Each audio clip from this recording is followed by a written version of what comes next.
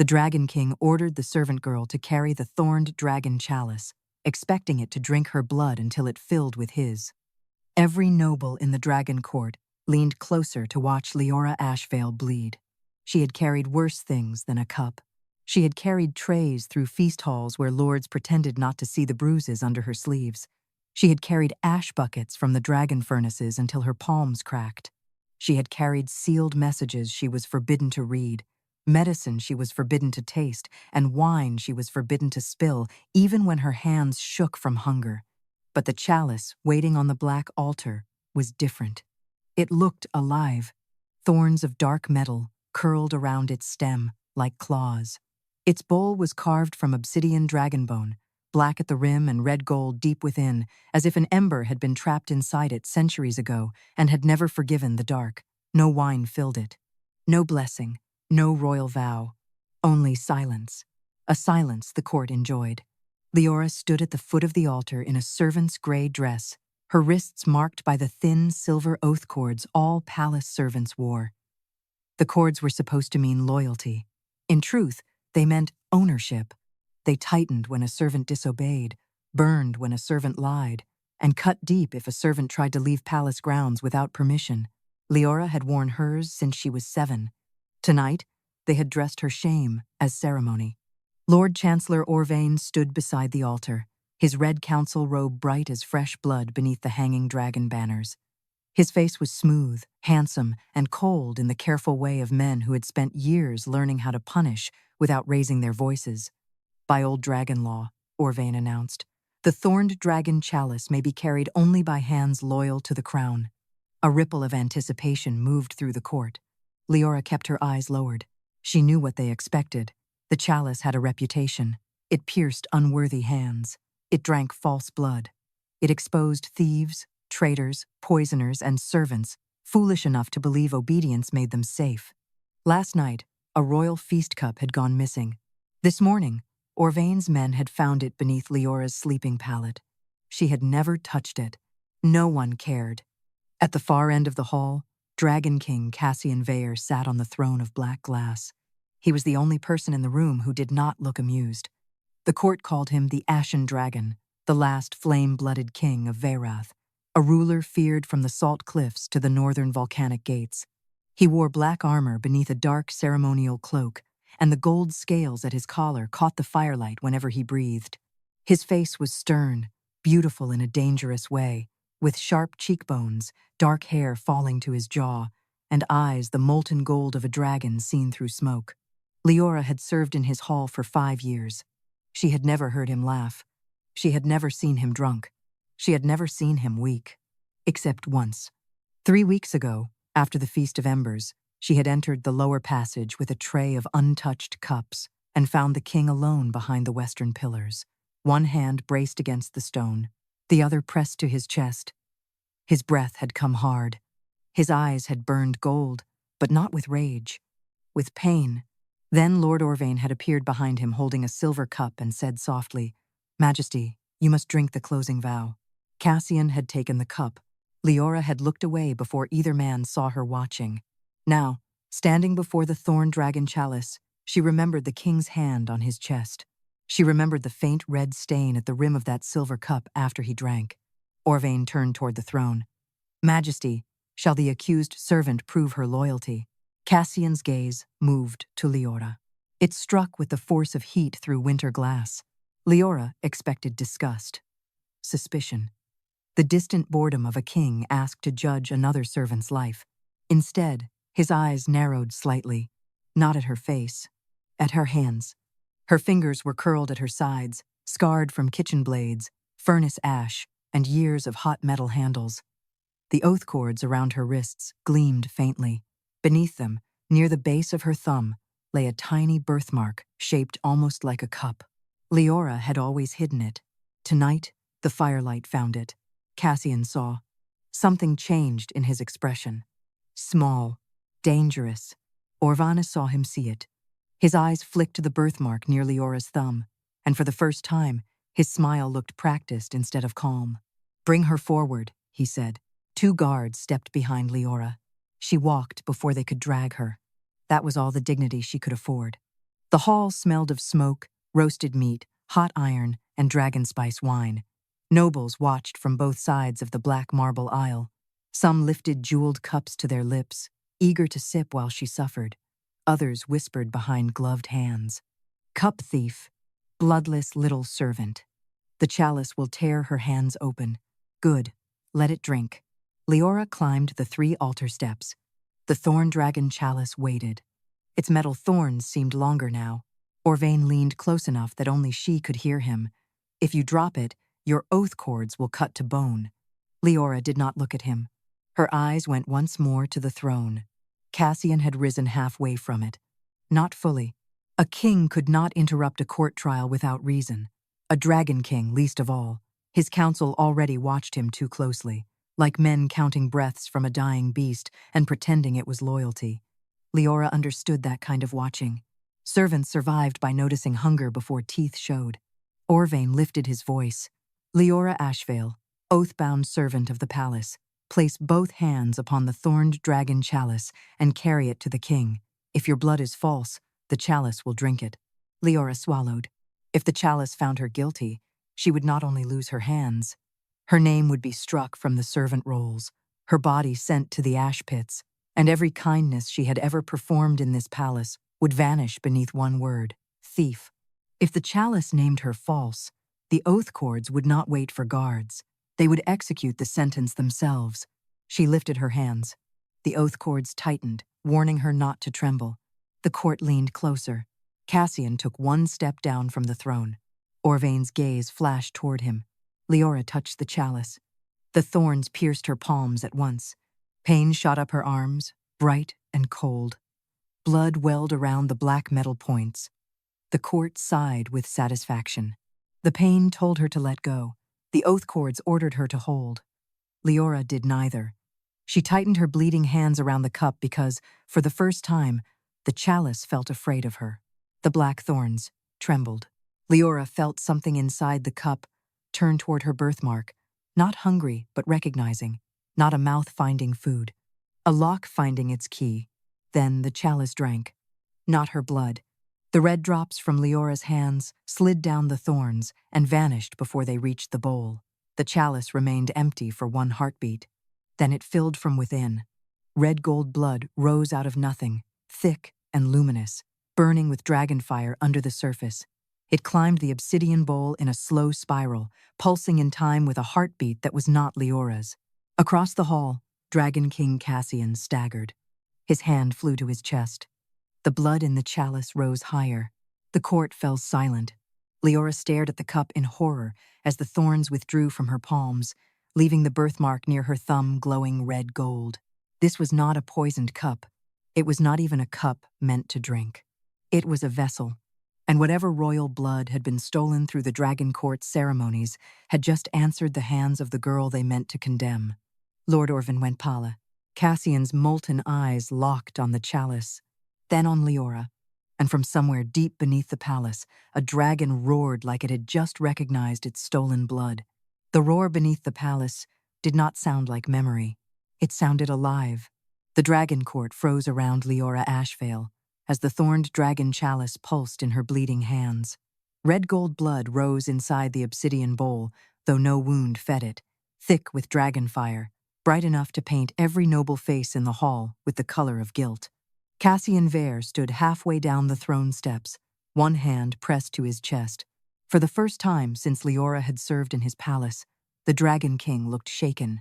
Not weak, never weak, but struck by a truth that had reached him before his pride could command it away.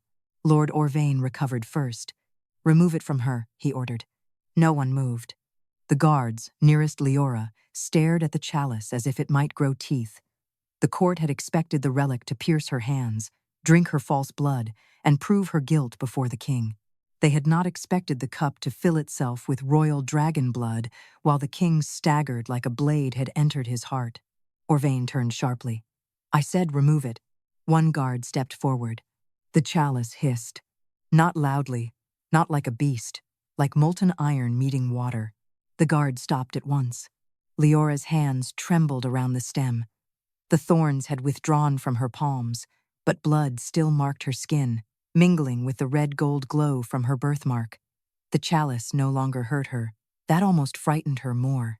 It sat in her grip with terrible awareness, as if it had not accepted her as innocent, but recognized her as something older than innocence. Cassian descended another step. "Do not touch her." His voice carried through the hall like heat through stone. Orvain bowed his head, but only halfway.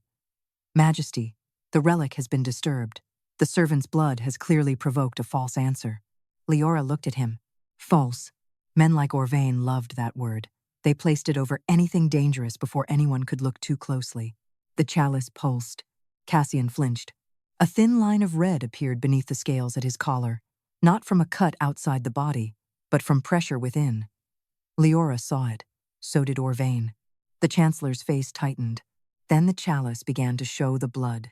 At first, Liora thought the surface inside the cup was boiling. Red gold ripples moved through it, rising and folding into shapes. Then the hall darkened around the altar, and the blood became a mirror. Not glass. Not memory, exactly. Witness. The first image formed above the chalice in a haze of ember light. Cassian seated at the Feast of Embers 3 weeks earlier, surrounded by nobles lifting silver cups.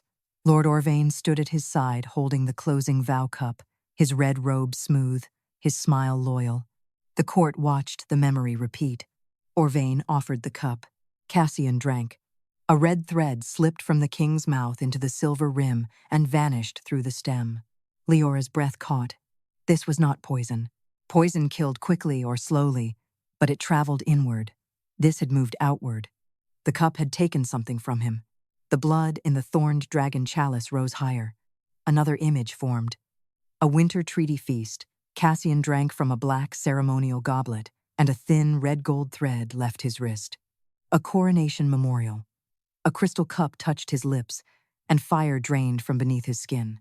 A council supper. A shallow bowl of dragon spice wine. Another thread. Closing vow after closing vow. Ceremony after ceremony. Cup after cup. The Dragon King had not been poisoned. He had been harvested. Whispers broke across the court. Cassian stood completely still now, his hand lowered from his chest, but his eyes had gone molten bright. "How long?" he asked. No one answered. The chalice answered for them. It showed the same ritual repeated across months, then years. Each time, the cup changed. Silver, crystal, black glass, gold. But always, beneath the vessel, a thorned shadow appeared briefly, an imprint of the chalice's old design, hidden under ceremonial metal. Liora understood with a sick twist in her stomach. The Thorned Dragon Chalice was not the thief. It was the original vessel. The others were copies. Masks. Every feast cup had carried a piece of its blood-drinking rite. Orvain's voice cut through the rising fear. A servant girl cannot interpret royal blood law. The chalice warmed in Leora's hands. A pressure built under her birthmark, not painful, but demanding. Liora did not know why she spoke. A servant's words had weight only when used against her. Yet the answer rose in her mouth as if the chalice had placed it there. "It is not drinking me," she said. The court turned toward her. Her own voice sounded small in the great hall, but the chalice brightened. Liora swallowed and forced herself to continue. "It was waiting for me." Orvan's face changed. Cassian looked at her with dangerous focus. "Why?" Liora shook her head. "I do not know." Orvain stepped closer. "Because she lies well." The oath cords around Leora's wrists snapped tight. Pain cut into her skin. She gasped, nearly dropping the chalice. The cords had heard accusation and prepared punishment before proof could catch up. Silver burned around her wrists, sinking toward bone. Cassian moved. So did Orvain. The Chancellor lifted one hand, and the guards finally surged forward, not toward the chalice, but toward Liora. The cup filled higher. The dragon beneath the palace roared again. This time, the black glass throne cracked. The sound split the hall. Everyone looked back. A jagged line ran down one arm of the throne, glowing red from within. Under the crack, something pulsed like a buried heart. Cassian's eyes narrowed. Liora saw the same realization strike him that had struck her. The blood was not only being taken, it was being stored somewhere. The chalice pulled against her hands. turning toward the throne. Orvin's calm broke. "Seize her now." The guards lunged. Cassian's voice thundered. "Stand down." They stopped between orders, caught between the king they feared and the council that had trained them to obey. Leora's oath cords tightened again, punishing her for standing at the center of a truth no servant was meant to carry. Blood slipped down her wrists. The chalice drank none of it. It kept turning toward the throne. Cassian looked at her hands, then at the glowing birthmark. "What are you?" he asked. Not cruelly, not softly either.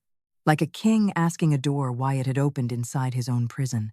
Leora's answer came before fear could stop it. "I think I am the key they tried to bury." The chalice blazed. Above its red-gold blood, one final image rose. A line of women in ash-gray servant dresses, each with the same cup-shaped mark near the thumb, each standing before dragon kings and lifting vessels that revealed stolen royal blood. Then the image burned black. The women vanished. Their names were scratched out in council ink. Leora's blood went cold. Cassian saw. Orvan saw. The whole court saw. The Thorned Dragon Chalice was not accusing Liora. It was remembering her bloodline. And as the erased women faded from the vision, the chalice filled to the rim with Cassian's stolen blood and began to overflow. The first drop overflowed from the Thorned Dragon Chalice and struck the black altar. It did not spill like blood. It burned like a memory. Red gold fire spread across the altar stone in thin branching lines, racing through carved dragon runes that had been hidden beneath centuries of ash, polish, and court ceremony. One by one, the old marks woke. Not council marks, not feast marks, not the clean little symbols Orvain stamped on every royal decree. These were older, dragon blood witness marks. Liora felt them answer the birthmark near her thumb. The court drew back as the glowing lines spread from the altar to the floor, then down the center of the hall toward the black glass throne. Every noble lifted their robes away from the light as if truth were a plague. Cassian did not move. He stood on the steps below his cracked throne, molten eyes fixed on the chalice in Leora's hands. His face had returned to its hard royal stillness, but now Liora could see what she had missed before. The stillness was not only power, it was effort. A king holding himself upright while something inside him was being emptied, one ceremonial cup at a time. Lord Orvain moved between Liora and the throne. His red robe cut across the glowing line like fresh blood over fire. The servant has awakened a dead vessel. Nothing more. Old relics show old fears. The chalice pulsed sharply. The oath cords around Leora's wrists tightened. She nearly cried out. Cassian saw the pain. His gaze dropped to the silver cords biting into her skin, and something dangerous moved through him. "Remove her oath cords," he said. The hall went silent. Orvain's head turned slowly. "Majesty? You heard me. Servant oaths cannot be removed during active accusation." Cassian descended one more step. "Then end the accusation." Orvain's face remained smooth, but Liora saw the strain at the edges now. The accusation stands until the chalice names her loyal or false. "It filled with my blood," which proves interference. "It refused hers," which proves corruption. Cassian's voice lowered. "Or recognition." That word changed the room. Recognition. Note innocence. Note accident. Something far older than any charge Orvain had written against her. Liora looked down at the chalice. The blood inside it had stopped overflowing, but the surface still moved in slow spirals. Beneath the red gold glow, images flickered. Erased women with cup-shaped marks, thorned vessels lifted before dragon kings, court scribes scratching names from family rolls. Her stomach tightened. She had spent her life believing she was only an unwanted servant with no known bloodline, no house, no inheritance except work and silence. But the chalice remembered women who looked like her, women dressed as servants, women standing before kings, witnesses. Orvain lifted his hand, and the nearest guards closed in again. Cassian did not raise his voice. He only looked at them. The guard stopped. That was when Orvain smiled. Not calmly this time. Sadly, as if the king had disappointed him. "Majesty," he said, "you are unwell." Cassian's expression hardened. Orvain turned to the court. "You have all seen his condition worsen in recent months. Sudden pain, fire loss, unstable temper, hallucinations after vow, drinking. Now this servant has triggered a relic, and His Majesty speaks as if a kitchen girl is a royal witness. A murmur moved through the nobles. Liora understood the tactic at once. Do not deny the wound. Use it. Make the king's pain look like madness before he can name who caused it. Cassian understood too. His eyes burned brighter, but the blood in the chalice trembled, and his hand twitched toward his chest again. Orvain stepped closer to the throne. For the safety of the dragon court, I advise that His Majesty be seated and the servant confined until the council can examine the vessel. Liora's oath cords burned hotter. Confined. Examined. Words that meant disappearance when spoken by men like Orvain. The chalice pulled again toward the throne. This time, Liora did not resist. She took one step. The court gasped. Orvain's eyes snapped to her. Stop! The oath cords sliced into her wrists. Blood ran down her hands, but the chalice still did not drink it. The pain made her knees weaken. She should have fallen. She should have dropped the cup and let the court decide the shape of her death. Instead, she remembered every feast cup she had washed, every red stain that would not rinse clean, every time Cassian had stood after a closing vow with his face pale and his shoulders rigid. She took another step. The chalice blazed. Cassian watched her approach, and the suspicion in his face shifted into something more dangerous. Trust was too strong a word. But he did not stop her. Orvain did. He seized Liora's arm. The moment his fingers closed around her skin, the Thorned Dragon Chalice screamed. Its thorns shot outward, not into Liora, but toward Orvain's hand. Black metal wrapped around his wrist like living briars. The Chancellor snarled and tried to pull away. The cup filled darker. Not red gold now. Black red. The court recoiled. Above the chalice, a new image rose. Orvain in a sealed chamber beneath the feast hall, pouring a thin stream of red gold blood from silver to a hidden basin carved with dragon teeth. Around him stood council lords in ember masks. At the center of the basin, the blood sank downward through a pipe of black glass toward something buried beneath the throne. Cassian's voice came like thunder held in chains. What is beneath my throne? Orvain's eyes flashed. Then he did something no innocent man would do. He twisted Liora in front of him and pressed a small blade to her throat. The chalice nearly slipped from her bloody hands. Cassian froze. Every flame in the hall bent toward him. Orvain's voice was low now, stripped of ceremony. Another step, Majesty, and your little blood cup witness dies before she learns what she is. The words struck Liora harder than the blade. Blood cup witness. So he knew.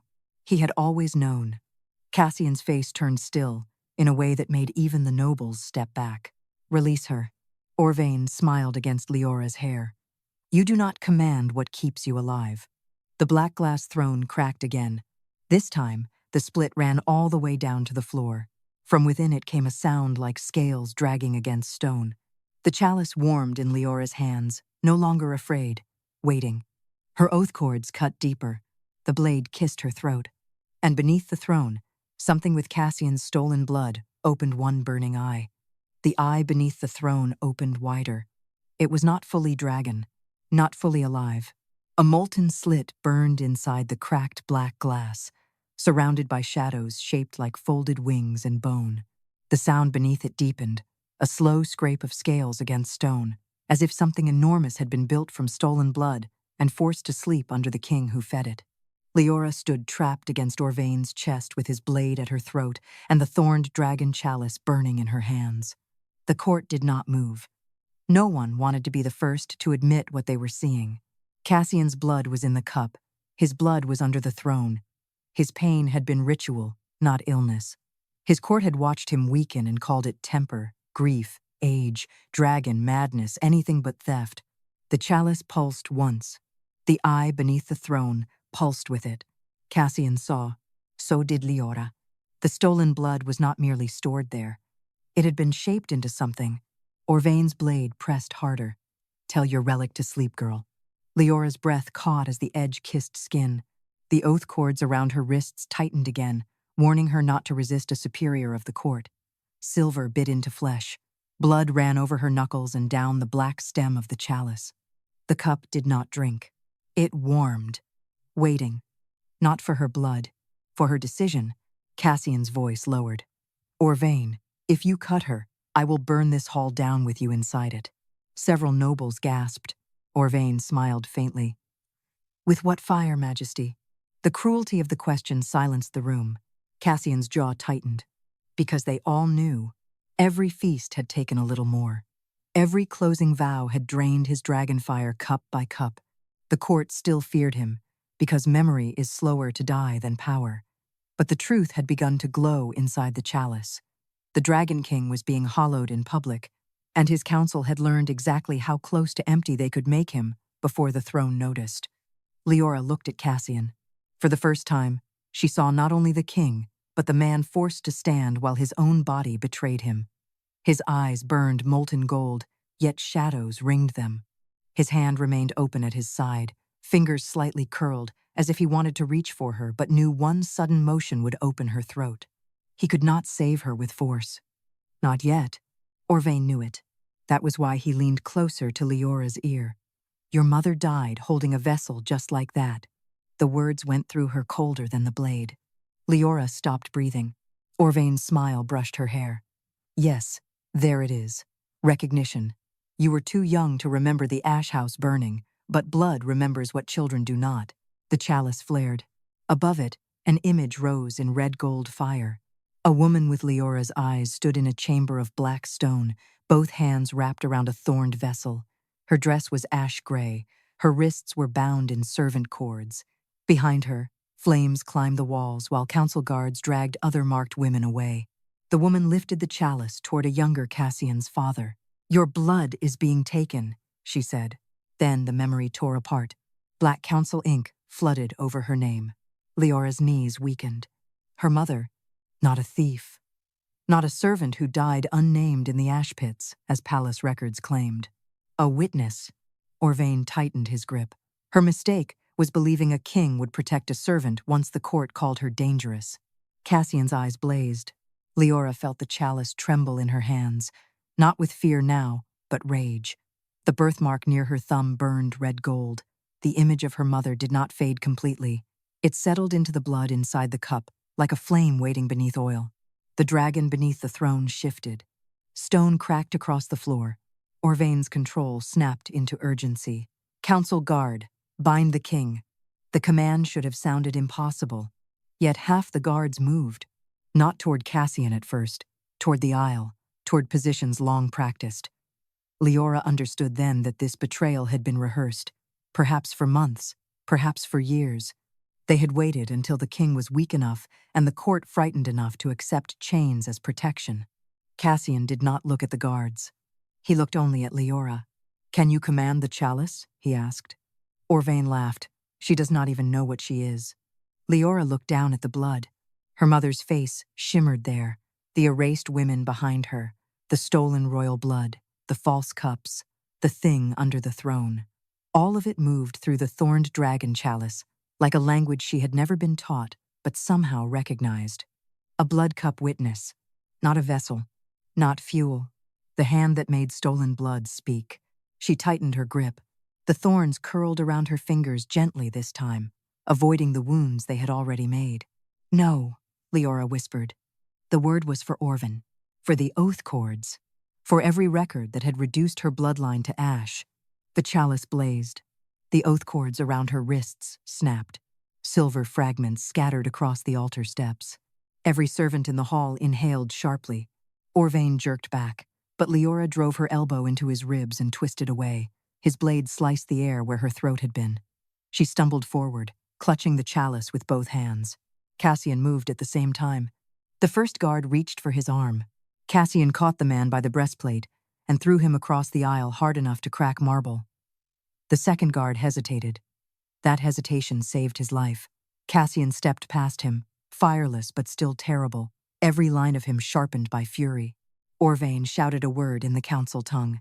The thing beneath the throne answered. Black-red light surged from the crack, wrapping around Cassian's chest. He staggered, pain cutting across his face. The stolen blood in the chalice dropped by a finger's width, pulled toward the creature below. Liora understood. The thing under the throne was a blood dragon made from him. A false royal beast. A leash. If Orvain could wake it fully, Cassian's own stolen blood would be used to bind him. Liora climbed the altar steps, ignoring the blood on her hands. The chalice had revealed the theft, but revelation was not enough. The stolen blood had to choose where it belonged. She lifted the Thorned Dragon Chalice toward the cracked throne. The court cried out, "Orvane Ventpala." "Do not." Leora's voice shook, but it carried. "Show him where his blood went." The chalice overflowed upward. Red gold blood rose from the cup in a burning stream, not falling, not spilling, but weaving through the air toward the throne. It touched the crack in the black glass. The eye beneath the throne opened fully, and inside it, Cassian saw a dragon made from his own stolen blood wearing a crown of council thorns. The false dragon opened its mouth beneath the throne. No roar came out, only Cassian's heartbeat. It thundered through the dragon court from below the black glass, slow and wounded, each beat pulling red gold light from the Thorned Dragon Chalice and dragging it toward the creature wearing a crown of council thorns. The nobles shrank from the sound. Some dropped their cups. Others looked at the jeweled vessels in their own hands as if they had just discovered they were holding knives. Cassian stood in the aisle, one hand pressed against the black-red light wrapped around his chest. His eyes were fixed on the thing beneath the throne. For the first time, Liora saw horror break through the Dragon King's fury. Not fear for himself. Recognition. The blood dragon below was shaped like him. Its wings were smoke and ember. Its scales glowed with the same molten gold as his eyes, but every edge of it had been twisted by council magic. Thorned bands circled its throat, its horns, its spine. Those thorns pulsed with Orvain's seal. A stolen dragon made into a leash for the king. Leora's hands tightened around the chalice. The cup did not tremble now. It waited with her. Orvain's voice cracked through the hall. "Do you see, Majesty? This is why the closing vows were necessary." Cassian turned slowly. Orvain stood near the altar steps, one arm pressed to his ribs where Liora had struck him, but his face had recovered its cold authority. Around him, several council guards held position, not attacking yet, waiting for the court to choose which truth frightened them less. "A king with too much dragonfire burns kingdoms," Orvain said. "Your father nearly did, your grandfather before him. The council learned to draw a little flame away, enough to steady the throne, enough to protect your people from your blood." Cassian's voice was quiet. "You stole from me. We preserved you. You made a beast from my blood. We made a safeguard." The false dragon beneath the throne stirred at the word.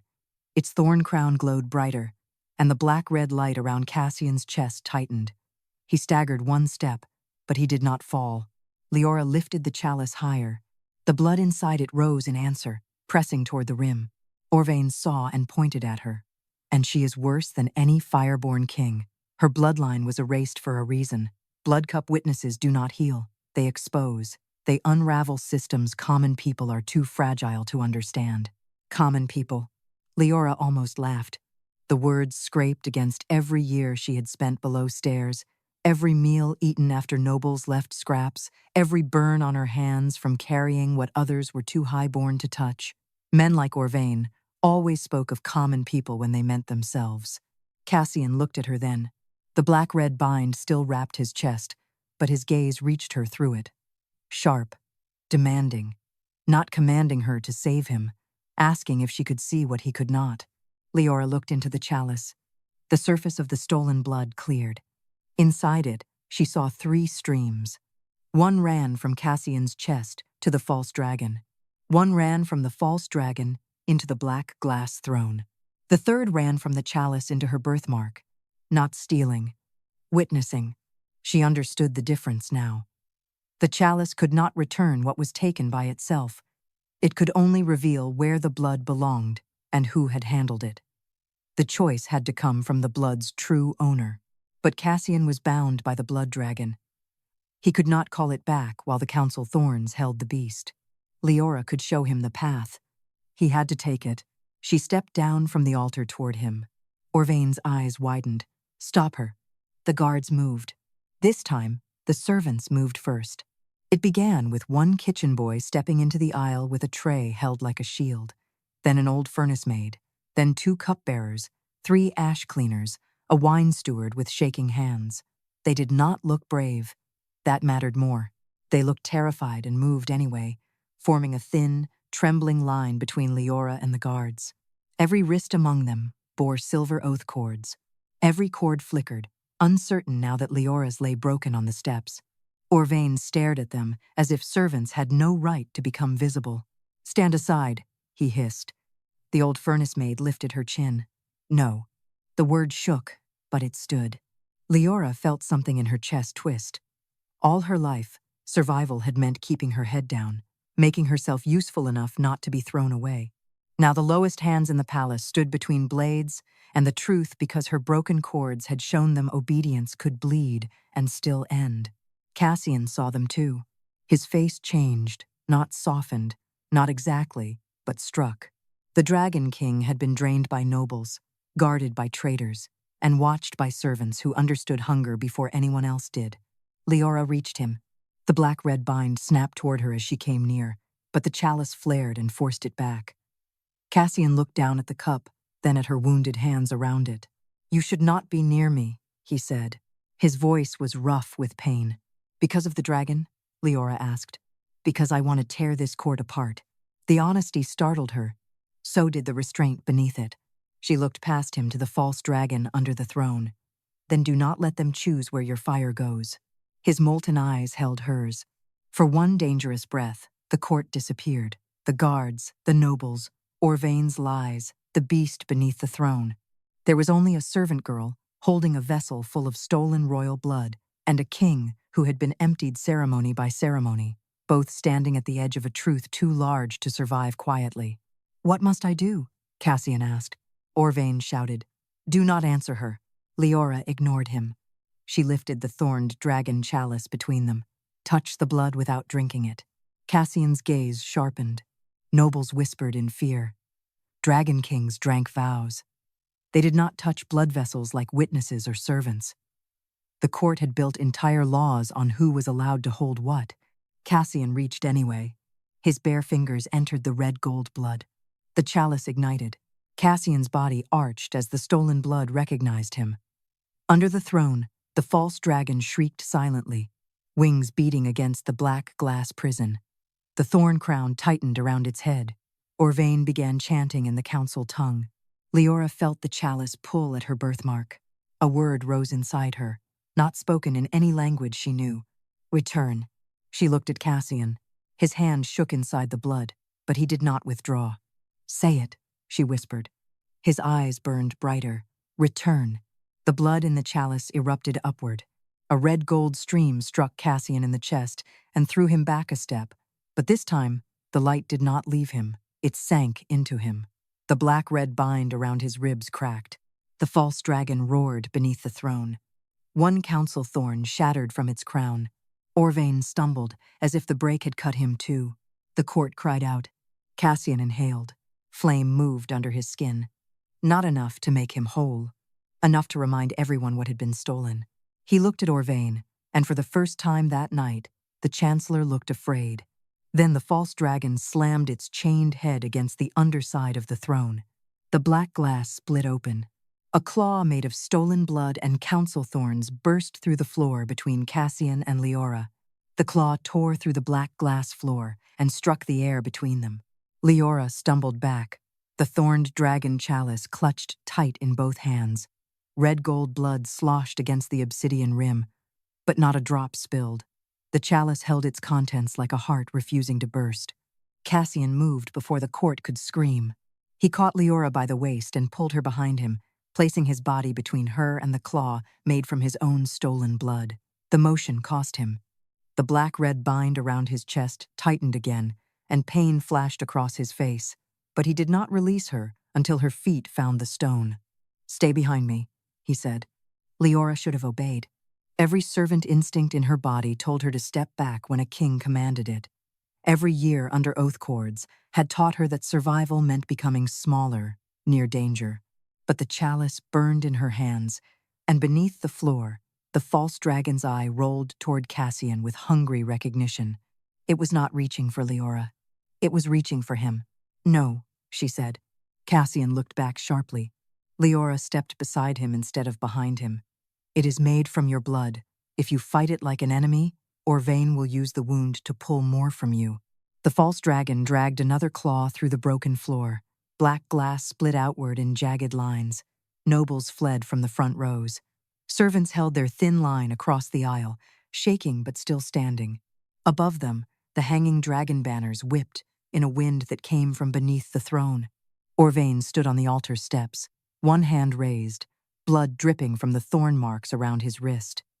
He was chanting faster now, each word making the council thorns on the false dragon glow darker. Blood taken by vow, he called. Blood held by law, blood bound to crown. Cassian's breath hitched. The chalice dimmed. Liora understood too late. Orvain was not commanding the false dragon through strength. He was using the same closing vows that had drained Cassian for years. The court had heard those vows after every feast and thought them ceremonial, beautiful words. Ancient tradition. But each one had been a hook, a vow cup, a blood thread, a hidden cut. Liora lifted the chalice. Show the vow. The blood inside it flared. Red gold light rose into the air and formed the words Orvain was chanting.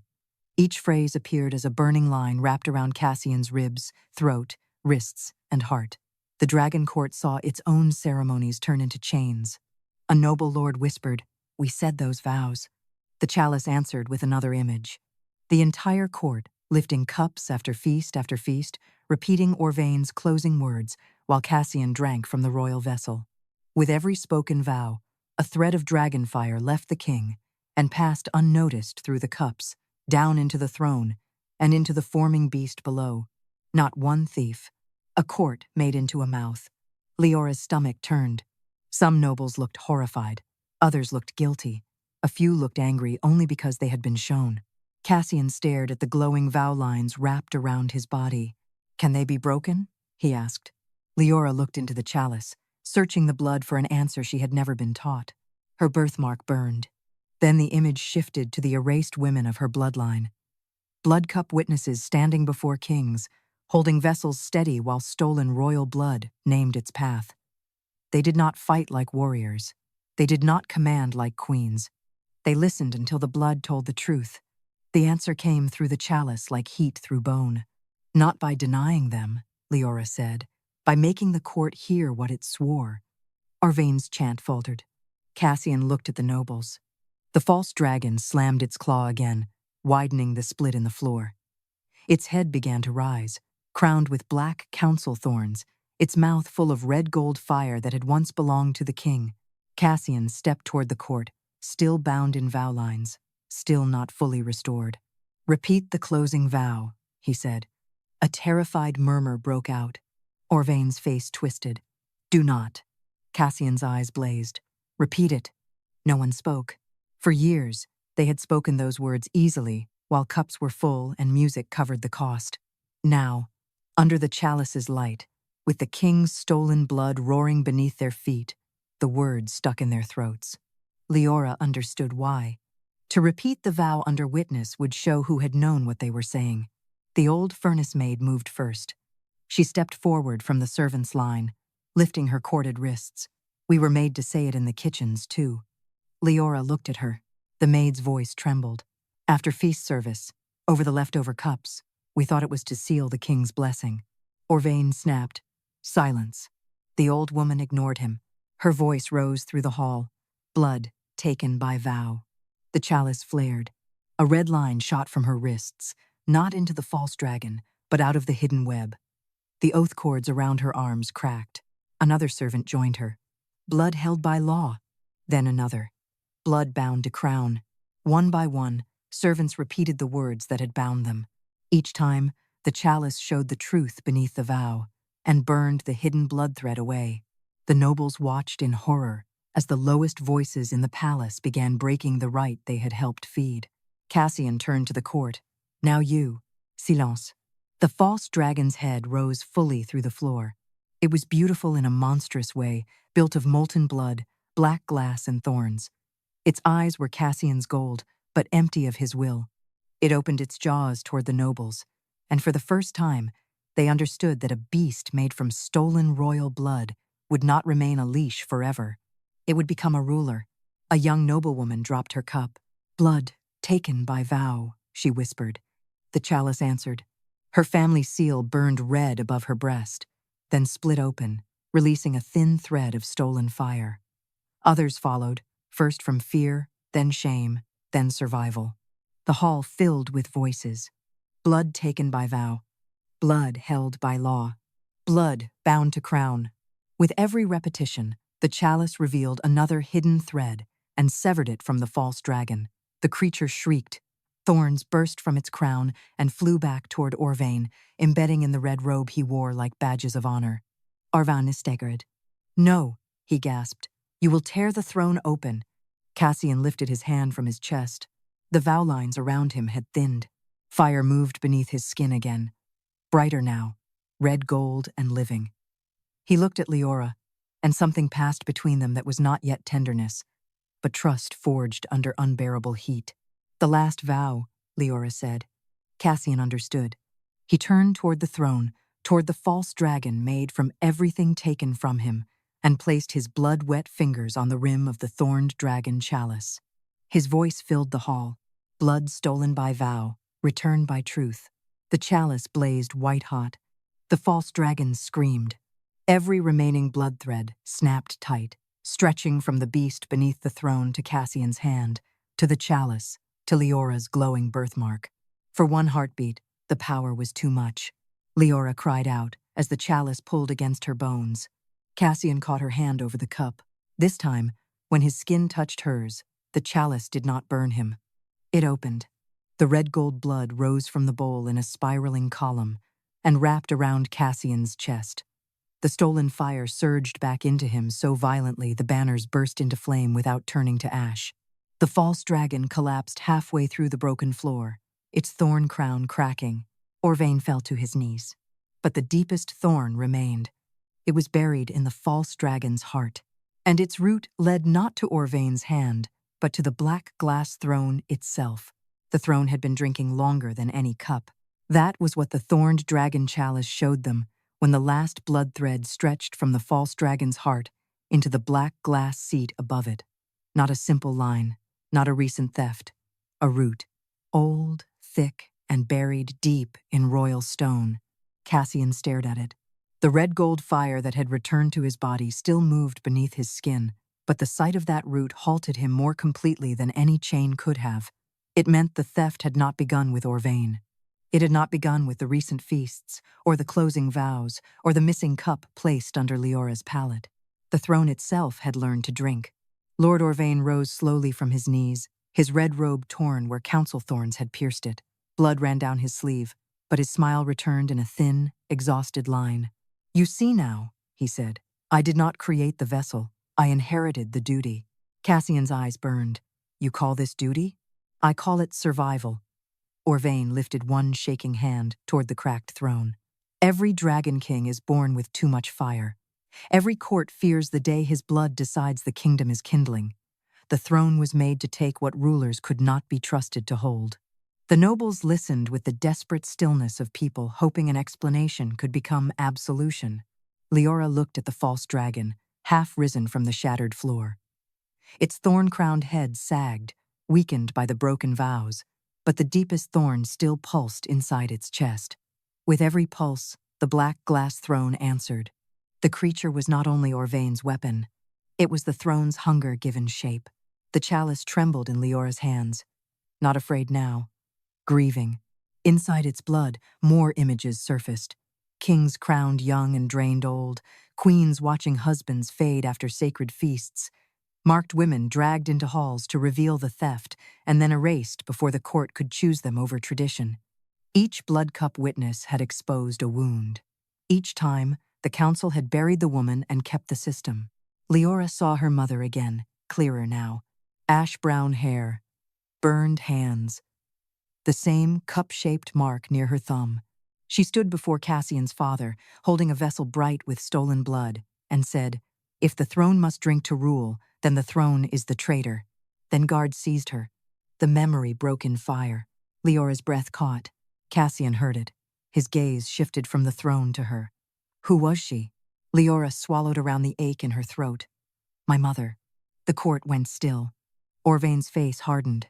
She was a seditionist. She was a witness, Liora said. Her voice shook, but the chalice flared, as if confirming every word. Cassian's expression changed anger, folding into something deeper, more dangerous. Not pity, recognition of debt. His father had been warned. The court had chosen blood theft anyway. Leora's mother had died for the truth that now burned between them. I will have her name, Cassian said. Orvain laughed softly. You think records remain where witnesses are concerned? The chalice answered. Red gold blood rose, shaping letters in the air above the altar. Liora Ashvale. Liora nearly dropped the cup. Aname, her mother had a name. Not ash pit servant, not seditionist, not erased bloodline. Liora Ashvale. The servants bowed their heads first, then a few guards. Then, slowly, those nobles wise enough to understand the hall had changed. Orvain saw the shift and turned cruel. How touching, a dead woman named by a cup. Will that repair your king? Will it restore his fire? Will it undo generations of necessary restraint? Cassian stepped toward the throne. The false dragon stirred, sensing him. Liora moved after him at once. Do not touch the root. He stopped, not because she ordered him, because he listened. That small act rippled through the court. Dragon kings did not pause for servant girls. They did not let ash-dressed women advise them before broken thrones. But Cassian looked at her as if the chalice had not made her useful to him, but visible. If I cannot tear it out, he said, what do I do? Liora looked at the deepest thorn in the false dragon's heart. The chalice showed her three truths at once. If Cassian attacked the throne, the root would drink his returned fire and finish binding him. If Orvain completed the old vow, the false dragon would rise as a council-crowned beast. If Liora tried to pull the thorn alone, the chalice would open every stolen blood memory at once and burn through her body. The answer was not force. It was ownership. The blood has to reject the throne, she said. Cassian's brow tightened. Blood does not speak. Liora looked at the chalice, at the glowing mark near her thumb, at the name of her mother still burning above them. Mine does. The hall shuddered. Orvain's eyes widened. No. Liora understood then why the Ashvale witnesses had been erased. They did not simply reveal stolen royal blood. They could speak before the vessel and make blood name its true loyalty. But there was a cost. The chalice showed it in a flicker, her mother coughing fire after testimony, another witness collapsing beside a king, another left with hands scarred black by dragon blood truth. Cassian saw the fear cross her face. No, he said at once. The force of it startled her. He stepped closer, lowering his voice so only she could hear beneath the chaos. I will not spend your bloodline to recover mine. The words struck Liora harder than any vow. All her life, the court had spent her hands, her hours, her silence, her hunger, her obedience. No one had ever refused to use what she could give. Orvain shouted over them, Then keep your mercy, Majesty, and lose your throne. The deepest thorn pulsed. The false dragon began to rise again. Its jaws opened toward Cassian, and this time, the black glass throne opened with it, revealing a hollow beneath the seat filled with old red gold stains. The throne root tightened around the creature's heart. Liora looked at Cassian. He was still not whole. His fire had returned in pieces, but the deepest part of him remained tied below. If they waited, Orvain would recover control. If they struck too quickly, the throne would drink him again. She lifted the chalice between them. I am not giving them my blood, she said. I am giving testimony. Cassian's molten eyes held hers. Then he nodded once. Not as king to servant, as witness to witness. Liora turned toward the throne, raised the Thorned Dragon Chalice, and spoke the name still burning in the air. Liora Ashvale. The blood inside the cup erupted into flame. The false dragon screamed, and every erased blood cup witness in the palace walls opened her eyes. The palace walls answered Leora's mother's name, not with sound at first, with light. Red gold flames opened inside the black stone, like eyes waking behind ash. One by one, they appeared along the pillars, beneath the carved dragon banners, across the altar steps, inside the cracked throne, and deep in the seams of the marble floor. They were not torches. They were not spells laid fresh by frightened hands. They were witnesses, women erased so completely that even their graves had been renamed. Liora stood with the Thorned Dragon Chalice raised before the throne, her bleeding hands steady around its obsidian stem. The birthmark near her thumb burned brighter than pain. Inside the cup, Cassian's stolen blood spun with the name Liora Ashvale until the letters dissolved into flame. Then the first witness stepped out of the wall. She was made of ember and ash, wearing a servant's gray dress scorched at the hem. Her eyes were red gold, like Liora's birthmark turned human. Behind her came another, then another. Women with burned hands, cut wrists, torn sleeves, hollow cheeks, and the same cup mark glowing near the base of the thumb. Blood cup witnesses. The dragon court recoiled. Some nobles stumbled backward so quickly they knocked over feast benches. Others whispered prayers to dragons they had never feared until the dead women looked back. Lord Orvan went still. For the first time, his face showed no calculation, only recognition. Liora knew why. These women were not unknown to him. Not all of them. Some had died under his orders. Some under his father's. Some under council laws older than his bloodline but preserved by his signature. The court had buried them as thieves, seditionists, false servants, and unstable girls who touched vessels they should not have carried. Now they stood in the hall with their names burning in their palms. Cassian stepped beside Liora, but not in front of her. That choice did not go unnoticed. The witnesses turned their ember eyes toward him. A lesser man might have lifted his chin and claimed innocence through ignorance. A weaker king might have blamed his council before the dead could judge him. Cassian did neither. He lowered his head. The dragon court gasped. The ashen dragon bowed before erased servant women. "Your names were stolen under my crown," he said. "If my bloodline fed this, then my bloodline owes answer." The oldest witness lifted her hand. The chalice flared. A voice moved through the fire, not loud, but multiplied by every wall. "Answer is not apology." Cassian raised his head slowly. "Then tell me what answer requires." The false dragon beneath the throne shrieked. The deepest thorn in its heart pulsed violently, feeding from the old fear now flooding the court. The throne root tightened around it. Black glass crawled over its chest like a cage trying to repair itself. Orvain seized the moment. "They are dead echoes," he shouted. "A king does not answer to ash." The witnesses turned toward him. The hall temperature rose. Orvain stepped back despite himself, then forced his hand toward the throne. Blood held by law. Blood bound to crown. The false dragon lunged. Its thorned head surged from the broken floor, jaws opening toward Liora and the chalice. Cassian moved, fire gathering in his palm, but Liora saw the trap. If he struck with dragon fire, the throne root would drink it and feed the beast. She caught his wrist. "Not fire," she said. His eyes cut to hers. "Witness." Understanding sharpened his face. Liora turned to the chalice. The ember women formed a circle around the altar, their palms lifted, their cup marks burned in answer to hers. The chalice was no longer only showing memory. It was assembling testimony. But testimony needed a living voice. Liora's. Fear rose in her so suddenly her knees almost gave. Not fear of death. Fear of being used by the dead, the king, the court, the chalice, the story of her bloodline. She had only just learned she belonged to something. Now that something needed her body to speak. Cassian saw it. He stepped closer, voice low. "You do not owe them your life." The witnesses watched. So did the court. Liora looked at the false dragon, at the stolen blood beating in its thorned heart, at the throne that had learned to drink kings and bury the women who revealed it. Then she looked at the servants still standing in the aisle with their cracked oath cords and terrified faces.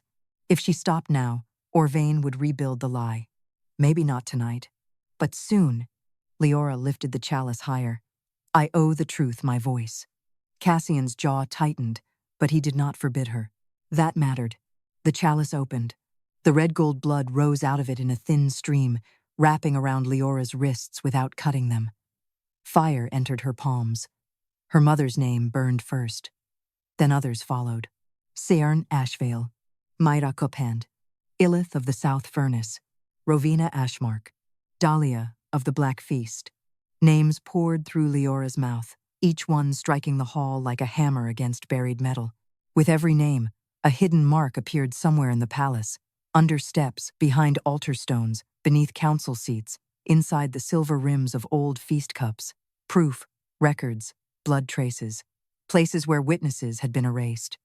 The nobles began to tremble. The false dragon thrashed. The deepest thorn cracked. Orvain screamed and rushed toward Liora. Cassian met him before he reached her. This time, he did not use fire.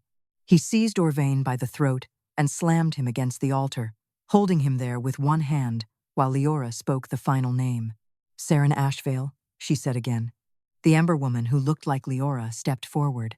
Her hand passed through the chalice and into the stream of royal blood. The false dragon froze as if the touch had found the first wound. The deepest thorn in its heart glowed white. Liora understood. Her mother had not finished her testimony. That was why the throne still held the root. Saren's ember eyes met hers. Finish it, daughter. Leora's whole body shook. What do I say? The chalice answered in fire. Liora turned toward the cracked black throne, toward the false dragon made from stolen royal blood, toward the nobles who had lifted cups for years and called theft ceremony. Her voice rose. Royal blood belongs to the living body, not the hungry throne. The deepest thorn split. Cassian gasped as red gold fire surged back into his chest. The false dragon screamed, collapsing inward, its stolen scales melting into streams of bloodlight. The throne root fought to hold the last of him, black glass curling like claws around the dissolving beast. Orvain choked under Cassian's grip. If the throne loses the blood, it falls. Liora looked at the ancient black seat. All her life, servants had polished it until it shone. All her life, men had bowed to it, as if stone deserved more reverence than flesh. She tightened her hands on the chalice, then let it fall. The Thorned Dragon Chalice blazed. The Ember witnesses lifted their marked hands. Cassian released Orvain and turned toward the throne, fire restored enough now to fill his eyes with living flame. Together, king, servant, and dead witnesses faced the black glass seat. Then the throne cracked from crown to floor. The black glass throne split like a lie, finally losing its shape.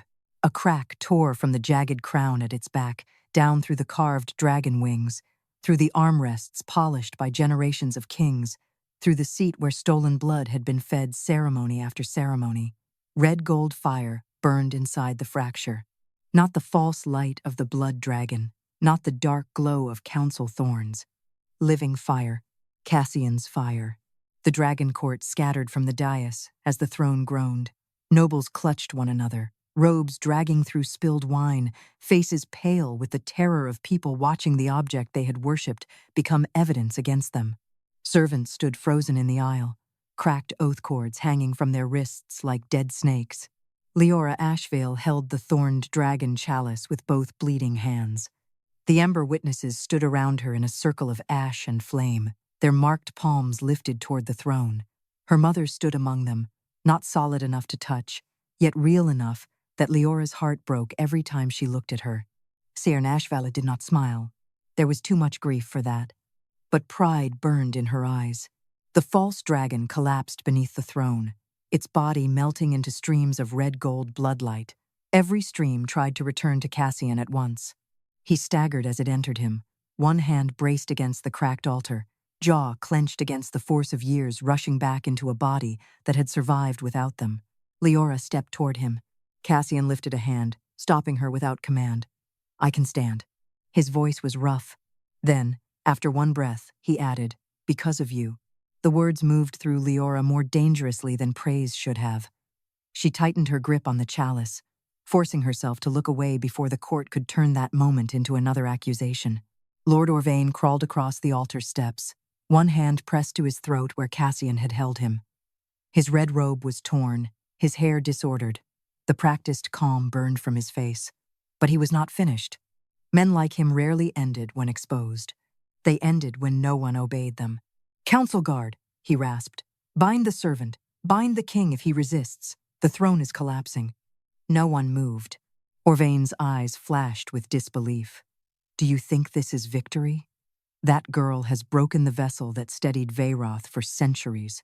The oldest Ember witness turned toward him. The chalice flared. Her voice came through Leora's blood, ancient and cold. A throne that drinks its king does not steady a kingdom. It teaches every hand beneath it to bleed quietly. The servants heard it first. One by one, they lifted their wrists. The oath cords that remained on them began to smoke. Not all had broken yet. Many still circled wrists in silver, waiting for fear to make obedience easier than freedom. Liora looked down at her own raw wrists. The chalice knew. It warmed. She understood before the image appeared. The servant oath, cords, were woven into the same blood system. The court had not only drained the king through ceremony, it had bound the lowest people in the palace to protect the lie. Servants carried cups, washed rims, buried stains, fetched closing vessels, and never asked why red marks remained on silver. The cords had made silence enforce itself. Liora turned to the servants. Her voice shook from exhaustion, but it carried. "Do not pull them. They will cut deeper." The old furnace maid stared at her. "Then how?" Liora looked into the Thorned Dragon Chalice. The answer rose slowly through the blood. Not command, renunciation. The cords were oaths. Oaths had to be answered with voice. Liora raised the chalice. "Say what they made you carry." A young cupbearer, barely older than Liora had been when her cords were first tied, stepped forward. His hands shook. "I carried the king's closing cup," he whispered. His oath cords glowed. Liora held the chalice toward him. "Say what it held." He swallowed, tears running down his face. Stolen blood. The cords around his wrists cracked. A sound passed through the servants, not relief yet, but disbelief. The old furnace maid spoke next. "I burned cloths stained with royal fire." Her cords split. A wine steward lifted both hands. "I poured vow, wine into cups I was told never to wash in daylight." Crack. An ash cleaner whispered, "I scrubbed red gold marks from the throne steps." Crack. One by one, servant voices filled the dragon court. Not grand confessions, not polished speeches. Small truths, kitchen truths, laundry truths, corridor truths. The kind of truths powerful people depend on others being too afraid to speak. With every truth, another oath cord broke. Orvain watched his hidden net fall apart thread by thread. "No," he breathed. Cassian turned toward him. "Yes." The throne cracked again. This time, the top half of the black glass seat broke free and crashed down the dais. Nobles screamed and fled as shards skidded across the marble. Inside the broken throne, a hollow cavity glowed red with old stains and council runes. The deepest root remained. It pulsed inside the hollow like a black heart. Orvan's face changed. He lunged toward it. Cassian moved, but the returned blood still struck through him in waves. He stumbled half a step. Liora saw the opening before Orvain reached it. The Chancellor seized the black root with both hands. Council thorns erupted from the floor and wrapped around his arms. He screamed but did not let go. The root drank his blood now, dark and bitter, answering him because he had fed it others for so long that it recognized him as kin. "If the throne cannot have the king," Orvain gasped, "it will have every vessel in this hall." The remaining feast cups rose from the tables. Silver, gold, crystal, black glass. Hundreds of them. They lifted into the air and turned toward the court like open mouths. Nobles cried out as red threads pulled from their lips, wrists, and hearts. Not royal blood this time, any blood bound by vow. Servants, guards, council lords, ladies, cupbearers. The throne root began to drink everyone. The hall descended into terror. Liora nearly dropped the chalice as the pull caught her too. The cup-shaped mark near her thumb burned white-hot. The Thorned Dragon Chalice fought the root's hunger, but there were too many vessels, too many old vows, too much silence packed into stone. Cassian reached her side. His hand closed around the chalice beside hers. The moment their blood touched the same vessel, red gold fire surged between them. The ember witnesses lifted their hands. Liora Ashvale stepped forward, her form brightening until the air around her shimmered. Liora knew what was coming. "No," she whispered. Her mother's ember eyes softened. "Finish what we could not." The other witnesses began to dissolve into flame, pouring their remaining testimony into the chalice.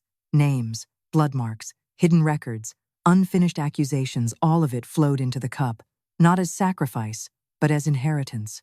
The chalice became too bright to look at. Cassian's grip tightened around Leora's hands. Tell me what to do. She looked at the throne root drinking from the entire hall, looked at Orvain clinging to it, convinced that if everyone bled, his guilt would vanish into shared ruin. Then she understood. The throne could drink from vows, but it could not drink from truth freely given. Liora lifted the chalice with Cassian's hands around hers. Everyone, she said, voice breaking but clear, name what you knew. The court froze in horror, not because they did not understand, because they did. Cassian's voice followed hers, filling the hall with kingly fire. Speak or bleed. The first noblewoman collapsed to her knees. I knew the closing cups weakened him. A red thread snapped from her chest and burned away. A council lord cried, I signed the vessel orders. Another, I knew the Ashvale women were erased. Another, my father condemned Liora Ashvale. The truth spread faster than panic. Each confession severed another cup from the throne root. Silver vessels crashed to the floor, empty and harmless. The black root shrank, twisting under Orvain's hands. He screamed, Stop confessing! No one listened. Not anymore. The court that had gathered to watch Liora bleed now bled truth to save itself. When the last vessel fell, only Orvain remained bound to the root. Cassian stepped forward. Liora went with him, the chalice burning between them. Orvain looked up, face ruined by fear. Majesty? Cassian's eyes were living dragon fire. Do not call me that while holding my blood. Liora raised the chalice one final time. The root shuddered. Liora Ashvale's voice whispered through the flame. Witness complete. The Thorned Dragon Chalice drank the last stolen thread from the throne, not into itself, but back into Cassian. The black root turned to ash. Orvain fell with it, and the throne of Veyrath collapsed into dust. For a moment after the throne fell, no one understood how to stand in a hall without it. Dust rolled across the black marble like storm ash. Shards of ancient glass lay scattered where kings had once sat above the dragon court, glittering with the last traces of stolen fire. The dragon banners hung torn and smoking, but they did not burn. The feast cups lay across the floor, silver and gold and crystal, emptied of every hidden vow. The throne of Veyrath was gone. Dragon King Cassian Veyr stood where its shadow had ruled for generations. One hand still wrapped around the Thorned Dragon Chalice, the other covering Liora Ashvale's bloodied fingers around the stem. Red gold fire moved beneath his skin in living currents, not violent, not uncontrolled, but returned. His breath came hard. His face was pale with the force of what had come back to him. Liora could barely feel her hands. The chalice had gone quiet at last. Not dead, satisfied. Across the ruined dais, Lord Orvain lay among the ashes of the throne root. He was alive. The black stain of the root marked both his palms, and broken council thorns circled his wrists like a mockery of the servant cords he had used on others. His red robe had turned dark with dust and blood. No one rushed to help him. That was how his power ended. Not with flame, with absence. The court that had once moved at the smallest lift of his hand now looked away. Cassian released the chalice slowly and turned toward the nobles. The hall shrank beneath his gaze. Every person there had confessed something. Some had confessed knowledge, some obedience, some silence, some only fear. But the Thorned Dragon Chalice had heard all of it, and the blood in the broken floor still glowed beneath each spoken truth. No lie could hide cleanly in that room again. Cassian's voice was low, but it carried to every balcony. The throne is gone, he said. The crown remains only if it can stand without drinking from those beneath it. No one answered. Then the old furnace maid stepped out from the servants' line. Her oath cords had broken, leaving raw silver marks around her wrists. She looked at the ruined throne, then at Liora. What happens to us now? The question was small. It was also the first honest question asked in the dragon court all night. Cassian looked at her, and for once he did not answer as if the kingdom were made only of nobles, borders, and old laws. The servant oaths are ended, he said. A sound moved through the hall. Not joy. Frok.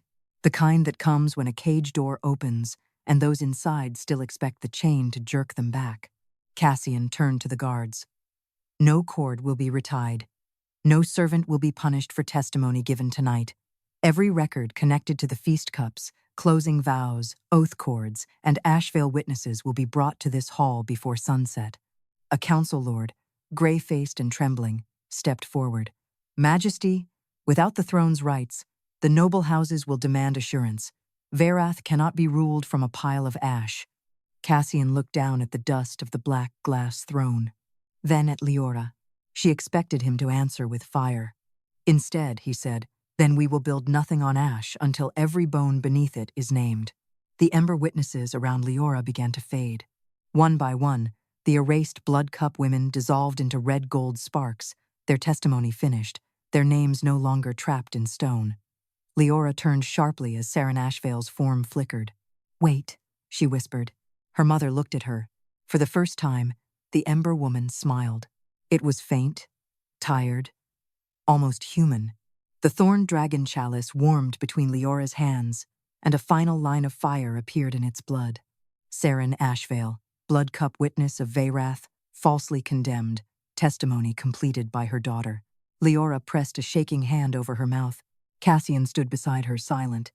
He did not touch her grief. He only guarded the space around it. Saren lifted her burning palm to Liora's cheek. The touch was not flesh, but warmth passed through blood and memory. Then she vanished into the chalice. The cup mark near Liora's thumb cooled. Not gone. Resting. Only then did Liora's knees weaken. Cassian caught her before she hit the floor. 100 eyes watched him lift the servant girl who had been brought to bleed for their entertainment. But no one laughed now. No one whispered cup thief. No one called her bloodless. Cassian carried her to the altar steps and set her down carefully, as if the whole court needed to learn the difference between possession and protection. A healer hurried forward, then stopped, afraid to touch her without permission. Liora saw the fear and nearly broke from the strangeness of it. All her life, hands had grabbed, ordered, searched, punished, and moved her. Now people waited. She nodded once. The healer knelt and wrapped her palms in clean cloth. Another servant brought water. The old furnace maid placed a cloak over Liora's shoulders without saying a word. Across the hall, guards dragged Orvain upright. His eyes, stripped of calm, found Cassian. You have destroyed the only thing that kept dragonfire from consuming this kingdom. Cassian walked toward him. The hall tensed, but the king did not strike. He stopped close enough for Orvain to see the fire fully returned in his eyes. No, Cassian said. I destroyed the thing that taught cowards to call theft restraint. Orvain's mouth twisted. You will still need a council. I will have one. With whom? Servants? Ghosts? A blood-marked girl who did not know her own name yesterday? Cassian's gaze did not waver. With witnesses. The word silenced the hall. Then he turned, not to the nobles, but to Liora. She stood slowly despite the healer's protest, the cloak around her shoulders, her palms wrapped white, the Thorned Dragon Chalice resting against the altar behind her. She looked small in the ruined court, ash-stained, exhausted, still wearing a servant's gray dress. Yet when she met Orvain's eyes, he looked away first. Cassian faced the court again. Liora Ashvale will not be returned to service. The words struck her before the court could react. She will not be bound by oath, cord, servant roll, council seal, or noble claim. Her bloodline will be restored under its true name. Every Ashvale witness erased from the records will be named. Liora's throat tightened. A noblewoman whispered, and what position will she hold? Cassian looked at Liora as if the answer belonged first to her. That nearly frightened her more than the chalice had. She had been commanded for so long that choice felt like standing over a depth she could not see. The old furnace maid touched her elbow gently, not pushing, reminding her she was not alone. Liora looked at the ruined throne, at the empty place where the black glass seat had stood. She looked at the servants with broken cords, at the nobles who had confessed to survive and now had to decide whether confession would become change, at Orvain, alive and furious because truth had denied him the dignity of martyrdom. Then she looked at Cassian. He was still terrifying, still royal, still a man with dragonfire in his blood and a kingdom trembling beneath him. But he had asked what to do. He had listened when she said not fire. He had refused, at least once, to spend her bloodline to restore his. That did not make him safe. It made him possible. I will not belong to the court, Liora said. Her voice was rough, but steady. Cassian inclined his head. No, I will not be used as a relic. No. And Orvain does not die before he names every cup, every vessel, every order, every person who helped erase us. Cassian's eyes burned. He will live long enough to empty the records. Orvan event pale. For a man who had hidden behind ceremony, there was no crueler punishment than being made to speak plainly. Liora looked at the Thorned Dragon Chalice. It sat on the altar, black thorns curled inward, red gold light faint in its bowl, no longer hungry, no longer afraid. A witness does not rule, she said. A witness makes sure rule cannot hide. Cassian's expression changed, something like respect, deepening into something more dangerous, more intimate, though he kept it behind restraint. Then stand as blood-cup witness of Veyrath, he said, not under me, beside the truth. The court heard the difference. So did Liora. By dawn, the dragon court had changed shape. The broken throne was not removed. Cassian ordered its ashes left where they fell until the last stolen record had been read aloud. Feast tables were stripped. Every ceremonial cup was carried to the altar and placed before the Thorned Dragon Chalice. Servants entered first, not last, and named which vessels they had cleaned, carried, feared, or hidden. Some nobles tried to leave. The doors did not open for them. Not by Cassian's order. By the chalice, Orvain was chained to the lower step of the broken dais with the remnants of council thorns around his wrists. He spoke until his voice broke, naming closing vows, secret basins, blood pipes, erased women, bribed scribes, and noble houses that had drunk from a weakened king while pretending loyalty. Each name appeared in red gold fire on the floor. Each lie became record. Cassian stood through all of it without sitting. There was no throne. When the sun finally rose beyond the high smoke-glass windows, it touched Liora first. She stood at the altar beside the Thorned Dragon Chalice, bandaged hands folded before her, her ash-brown hair loose from its servant braid. The cup mark near her thumb glowed softly, no longer hidden. Cassian approached only when the last name of the morning had been spoken. He stopped at a respectful distance. "You are free to leave this palace," he said. The words landed strangely. Freedom, offered so plainly, felt almost impossible to hold. "And if I stay?" Liora asked. "Then no cord touches you, no noble commands you, no council speaks over you, and if I ever lift a cup in ceremony again, you may break it in front of the court." A tired laugh almost escaped her. Almost. Instead, she looked at him. "You would allow that?" Cassian's mouth curved faintly, the first almost smile she had ever seen from him. "After tonight, I may insist on it." For a breath, the ruin around them softened. Not into peace. Not yet, but into the beginning of something that had room to breathe. Liora looked at the place where the throne had stood. "You need a seat. I need a kingdom that does not drink from its own wounds." She looked back at him then. The dragonfire in his eyes was no longer hollowed by theft. It was alive, steady, dangerous, and controlled by the man who carried it, not by a throne, not by council vows, not by cups polished clean after blood. "Then build that," she said. Cassian lowered his head to her. Not a court bow, not a king's performance. A vow given without a cup. "With your witness," he said. The Thorned Dragon Chalice filled once more, only a finger's depth. Not with stolen blood, with clear red gold flame. Liora touched the rim, and this time, the thorns did not pierce her. Around the hall, every broken oath cord turned to ash. The servants began to weep quietly. The nobles lowered their eyes. And in the empty space where the throne had collapsed, the first living dragon of Veyrath roared beneath the palace, not as a leash, not as a stolen beast, but as a heart finally returned to its king. Liora Ashvale stood in the firelight, no longer the servant girl brought forward to bleed, but the blood cup witness who made a dragon king's stolen blood speak.